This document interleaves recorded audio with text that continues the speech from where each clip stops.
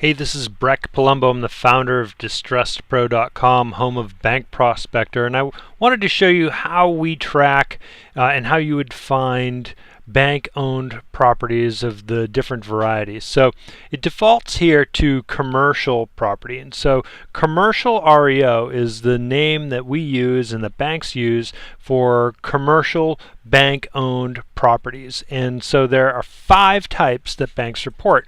And that's commercial, construction, and then multifamily, also known as apartment buildings, and residential.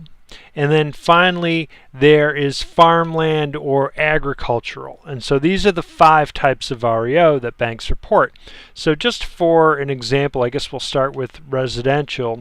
If we scroll down here, we see that a lot of this is loan reporting information, but in terms of the bank-owned property, the actual properties that have been foreclosed on and are now owned by the bank, there's 3,233 banks at this time reporting residential bank-owned property. And so we see residential 1 to 4 family REO, which means real estate owned, another term for bank-owned property. If I click on this,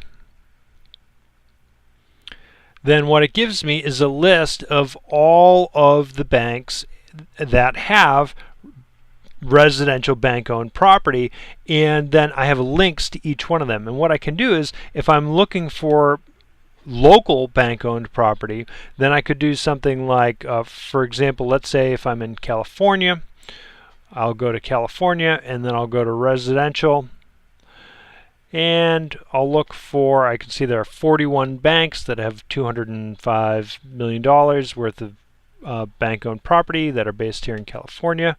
I click here, and now I've got a list of the banks that are based here in California with bank-owned property. And so if I want to get more details and find contacts on any one of these, then I can just click on the record, and now I can see what each one of them has, and I can get more details about whether or not they're selling and this sort of information down here. I can also see what's happening in their REO or bank-owned property trend over time. So I hope that's helpful.